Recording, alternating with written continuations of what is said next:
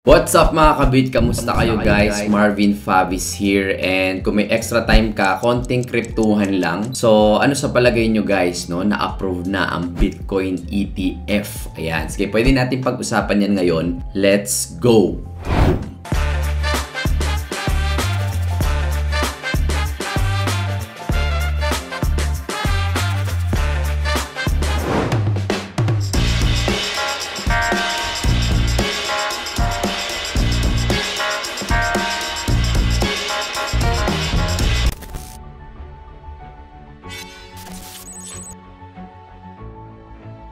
Welcome back to my channel guys. This is Marvin Favis again. Ayan, ano masasabi nyo sa approved na BTC or Bitcoin ETF? Well, sa ating mga retail investors or retail traders, no, ito yung masasabi ko dyan. Yes, may benefit sa atin to in the sense na pwede tayo makabili rin na mas mababang fees, no, compared dun sa mga exchanges na ginagamit natin. But ang nakikita ko kasi dito is more on benefit sa mainstream. Ibig sabihin yung mga big institutions, yung mga companies, mas madali na silang makakabili or makakapasok na sila dito sa industry. Kasi hindi naman sila ganun makakabili sa mga Coinbase, Binance, OKX, Bybit at kung ano-ano pa mga platform. But since na-approve na nga itong Bitcoin ETF, mas madali sila makapasok. Kaya nga yan, sila BlackRock, Fidelity, Vanguard, no? May easy access na sila ngayon. Hindi natin alam, baka mamaya susunod na yung Ethereum, no? Na ETF. Ano ba yung ETF na yan? Exchange Traded Fund. So, yun na mismo yung description nun, no? So, ibig sabihin guys, mabibili at mabebenta mo na siya like a common stock sa mga exchange. Ganun lang kasimple. Kasi tayo nagtitrade naman na tayo eh. So, again, ayoko nang pahabain. Basically, yun yung pinaka layman's term explanation sa kanya. And of course, pagka pumasok ng mga big institutions, tataas din yung confidence ng tao. And pag tumaas yung confidence ng tao, just imagine, yung mainstream is 80% like yung mga financial advisor, ma-i-endorse na nila yan or pwede nang sila makabili. Which is, ang laking piece nun ha, yung 80% na hindi pa nakakabili. So, imagine niyo na lang 80% ng malalaking kumpanya at saka yung mga tao pang hindi nakakapasok sa Amerika ay makakapasok na because nga, again, mainstream na siya. But again guys, natake lang naman natin to pero hindi naman yun yung main topic natin because napag-usapan na natin itong ETF sa TikTok, no? So yung mga hindi nakapanood guys sa TikTok, yung buong explanation ko ng Bitcoin ETF, pinost ko na doon. So eto naman, pag-uusapan natin itong Socrates kasi may nakita akong isang crypto project guys na mas magiging madali yung interaction natin sa ibang mga nasa Web3. At the same time, parang masaya rin siyang gamitin kasi kung mahilig ka sa mga quiz, mahilig ka sa mga question and answer, or mahilig ka sa mga, alam mo yun, makapag-debate, no? Maraming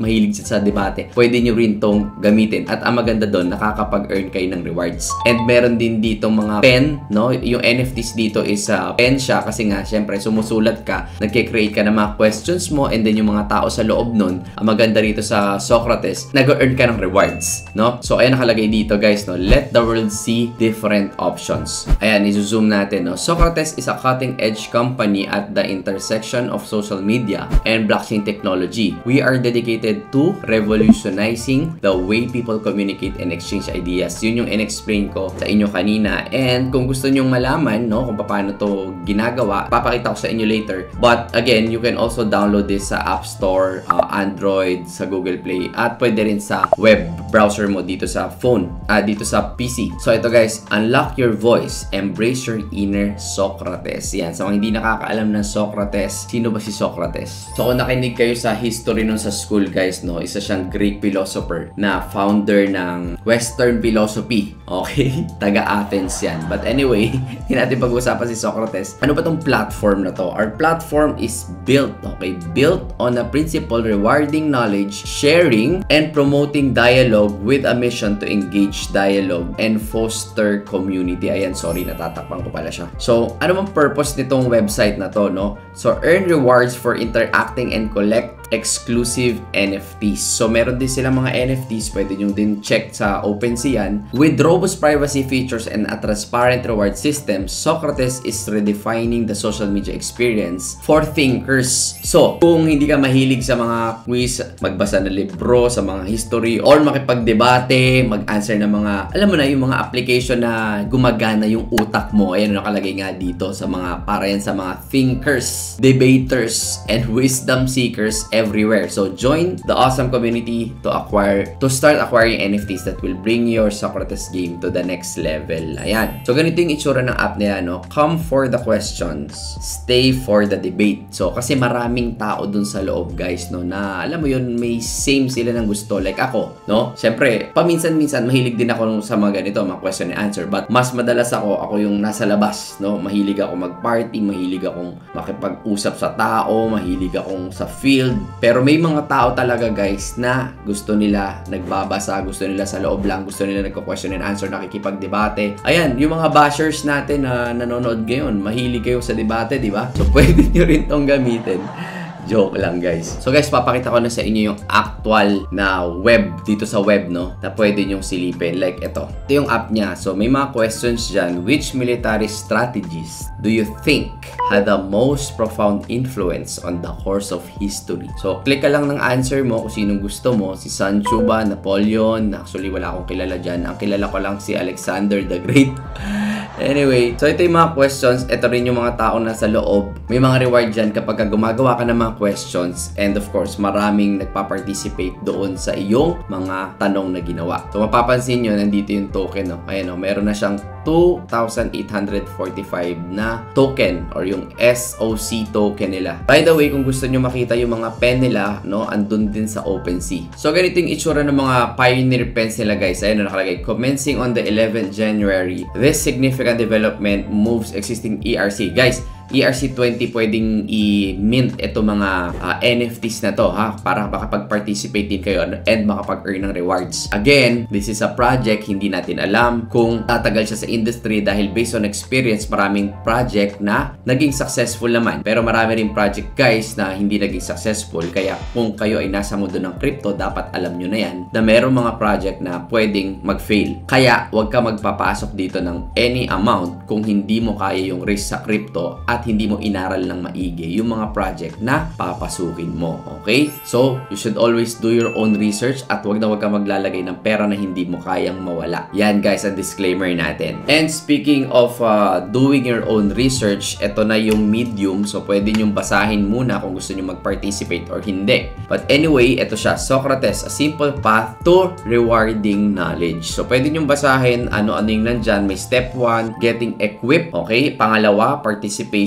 Yun na yung Q&As or yung question and answer dun sa pinakita ko sa inyo kanina. And then, of course, earning yung prize. Now, focus lang tayo dito sa step 1. To kickstart your journey with Socrates, all you need to do is get equipped. Sign up, mint your Pioneer pen, and purchase some points to get started. We've made it effortless for you by supporting various blockchains, allowing you to seamlessly connect your crypto wallet and become a Socrates user. So, NFT Genesis pens can be randomly obtained when purchasing Pioneer pens, of course, sa OpenSea. Doon lang naman yan pwedeng bilhin. So, yan, guys, visit nyo na lang if ever na gusto ninyo. But again, please do your own research. Huwag papasok basta-basta, okay? Kung interesado kayo, doon lang. Pag hindi, huwag papasok kasi pwedeng marag pull, pwedeng magsara yung company, pwedeng hindi okay yung project sa future, okay? Kung believe ka, doon ka lang mag-participate. So, ito, pinapakita ko ngayon yung mismong application. So, gamit natin itong iPhone 15 Pro Max sa mga may gusto. Mag-register na kayo sa OKX platform. But anyway, eto, guys, no, may mga nakalagay dito na questions.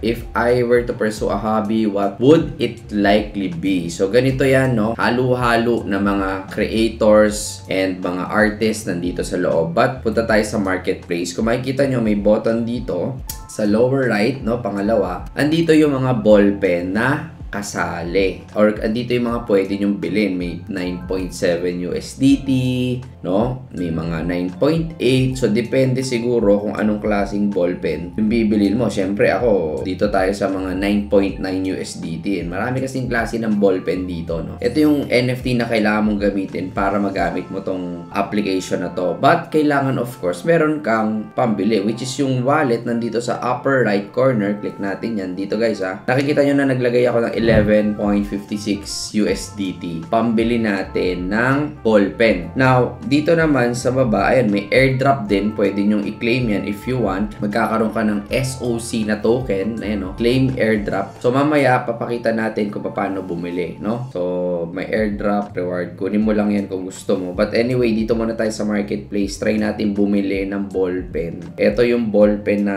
piliin natin. Ano ba magandang ballpen dito? Labang sakto. Yan, 10. Siguro, ito mas mahal. Oh. Dito tayo sa Pioneer Pen 40258. Itong NFT na ito yung bilhin natin, guys. Kasi mahilig ako sa damo. Mukhang damo kasi ito. Yan, no? So, buy. Okay, of course. Meron na tayong 10 USDT. Bilhin natin. Confirm. So, meron na rin tayong pang gas fee, which is Matic.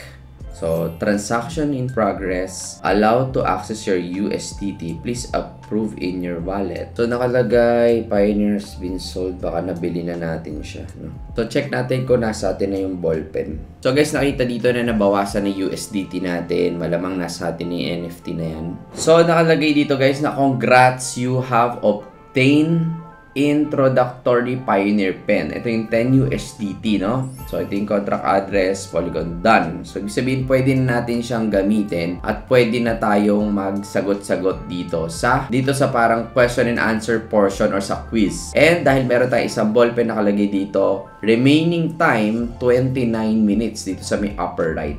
So, what is my preferred style of clothing? Lagyan natin dito, sporty. So, ayan guys, pwede ka na rin ditong mag-vote kung gusto mo. Ayan, click vote. So, nakaboto na ako dito. May power ka na rin mag-vote. Depende dun sa mga pinipilit mo na argument. So, against ka ba or boto ka? Alright, so thank you so much guys sa oras ninyo. Maraming salamat guys sa panonood sa akin. And bukas may flight na ako going Rojas City dahil na-invite tayo ni Giu. Kumiya, shoutout sa'yo. And then, pupunta tayo na Aklan para umattend naman ng Ati-Atihan Festival, which is in-invite naman ako ni Coach Bluff. And pupunta naman tayo ng Bacolod para tumingin ng mga resort doon na pwede rin natin gawin. Yun lang muna. Salamat sa oras ninyo. God bless everyone.